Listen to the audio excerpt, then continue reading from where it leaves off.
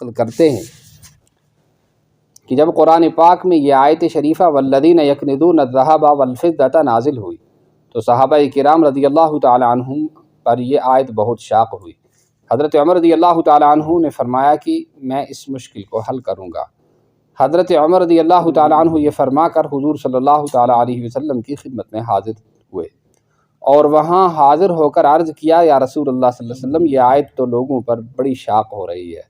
حضور صلی اللہ تعالی علیہ وسلم نے فرمایا کہ اللہ تعالیٰ نے زکوٰۃ اسی لیے فرض کی ہے کہ تاکہ بقیہ مال کو عمدہ اور طیب بنا دے، اور میراث تو آخر اسی وجہ سے فرض ہوئی کہ مال بعد میں باقی رہے۔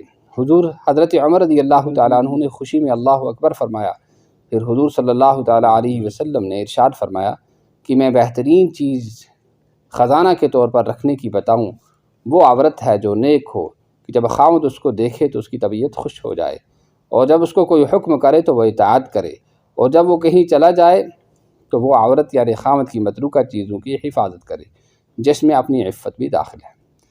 یعنی کہ قرآن مجید کی آیہ ات مز آمت یہ وننے کہ یم لوگ سمرے تھاوان رف چند نقدی پونس تہند خطر ہسا دردناک تو دگ تلون عذاب، دردناک تو دگ تلون عذاب تہند خطر۔ یم ساتن صحابہ کرامو یہ آیت بوز تمن گو سٹھا مشکل، اوے گئے جناب حضرت عمر رضی اللہ تعالیٰ عنہ وہ دپن ہے تہذ ٹینشن ات ہان بہ ون حل ٹھنڈ جناب رسول کریم صلی اللہ علیہ وسلم وہ تت کورک سوال عرض کورک یا رسول اللہ، رسول پاک صلی اللہ علیہ وسلم فرمو ارشاد زِ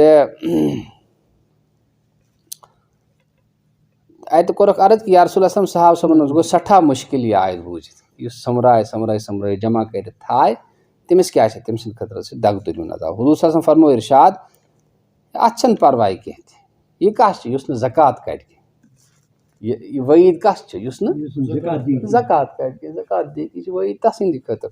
باقی مال جمع کرن یہ چھن گناہ کینہ، کیاز اگر زکوٰۃ یس آو فرض اللہ تعالیٰ کیا کور زکوٰۃ کور فرض، یہ زکوٰۃ کیا کران یہ مالک مال ول تک نوان چھلت چھن اتھے پٲٹھۍ دپان اللہ تعالیٰ حکم دِوان تُہۍ بٲگرٲیِو سا وراثت کر بٲگرایہِ انسان ییٚلہِ آسہِ کینٛہہ ییٚلہِ اوسُے کہِ تہٕ بٲگرایہِ کیٛاہ دپان یہ بوٗزِتھ گٔے خۄش حضرت عمر رضی اللہ پوٚرُکھ اللہ اکبر، کیٛاہ پوٚرُکھ اللہ اکبر۔ پتہٕ چھُ حضور صلی اللہ علیہ وسلم ارشاد فرماوان زِ بہتریٖن چیٖز یُس تُہۍ سٲمِتھ تھٲیِو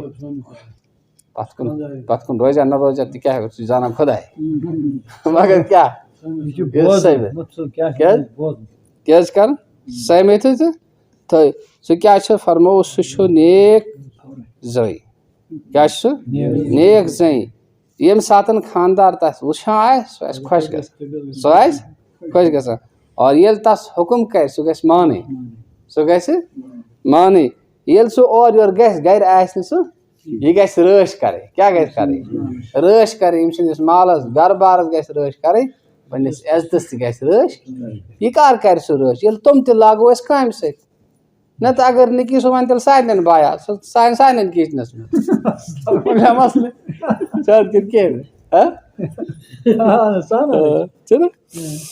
دوسری فصل کی آیت میں نمبر 5 پر یہ آیت شریفہ اور اس کا ترجمہ گزر چکا ہے۔ اس آیت شریفہ کے ظاہر سے معلوم ہوتا ہے کہ ہر قسم کا ذخیرہ چاہے کیسی ہی ضرورت سے جمع کیا جائے وہ سخت عذاب کا سبب ہے، اسی لیے صحابہ کرام کو بڑی شاق ہوئی کہ اللہ تعالیٰ اور اس کے پاک رسول صلی اللہ تعالیٰ علیہ وسلم کے ارشادات پر عمل تو صحابہ کرام رضی اللہ عنہم اجمعین کی جان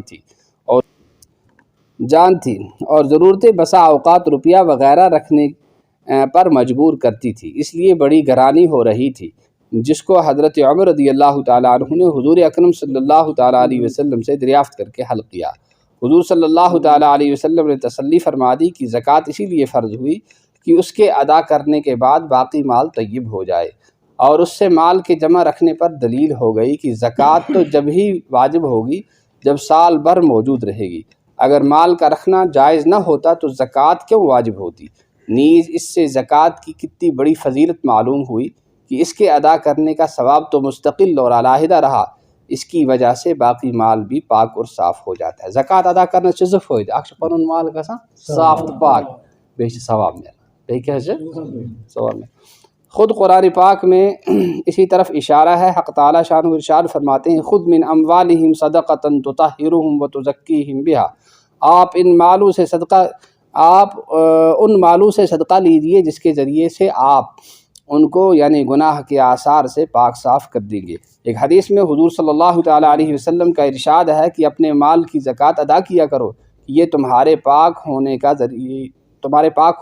ذریعہ ہے. ایک اور حدیث میں ہے کہ زکوٰۃ ادا کیا کرو کہ وہ پاک کرنے والی ہے، اللہ تعالیٰ تم کو اس کے ذریعہ سے پاک کر دے گا. ایک اور حدیث میں ہے کہ اپنے مالوں کو زکوٰۃ کے ذریعہ سے گندگی سے یا اضاعت سے محفوظ بنا دو اور اپنے بیماروں کی صدقہ سے دوا کرو. پنن مالن ٲسِو رٲچھ کران کمہِ سۭتۍ؟ زکات دِتھ.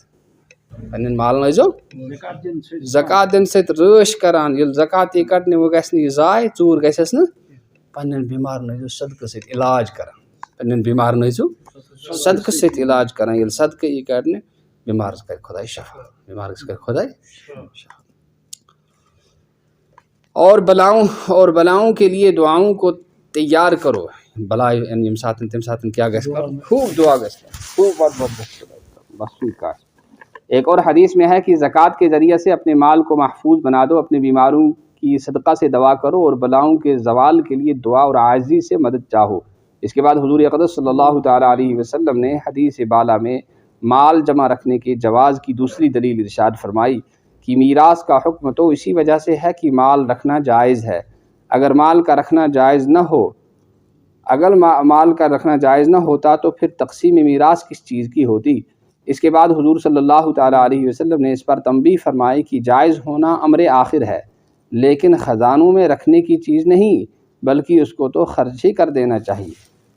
کیا گئے جمع ہیکو کرت مگر کنجوس تو مکھی چوس تہ گژھِ نہٕ لاگُن، یہ گژھِ خداے سٕنٛدِ وتہِ منٛز خٲرچن کامٮ۪ن منٛز خرچ کرُن. کیٛاہ گژھِ کرُن؟ خرچ کرُن. رکھنے کی چیز اچھا یُس چیز تھاوُن سٲمِتھ سُہ کیٛاہ چھُ؟ چیز نیک بیوی ہے. بعض روایات سے معلوم ہوتا ہے کہ صحابہ نے اس جگہ سوال فرمایا تھا جس پر حضور صلی اللہ علیہ وسلم کا یہ ارشاد ہے. حضرت ثوبان رضی اللہ تعالیٰ عنہ فرماتے ہیں کہ جب یہ آیت شریفہ والذین یکنزون الذہب نازل ہوئی تو ہم حضور صلی اللہ تعالیٰ علیہ وسلم کے ساتھ سفر میں تھے.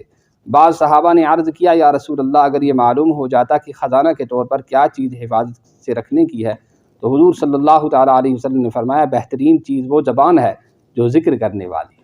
کیا فرمو سو زبان یس ذکر آس کران. اللہ تعالیٰ کرنا اس ذکر زبان تک نا.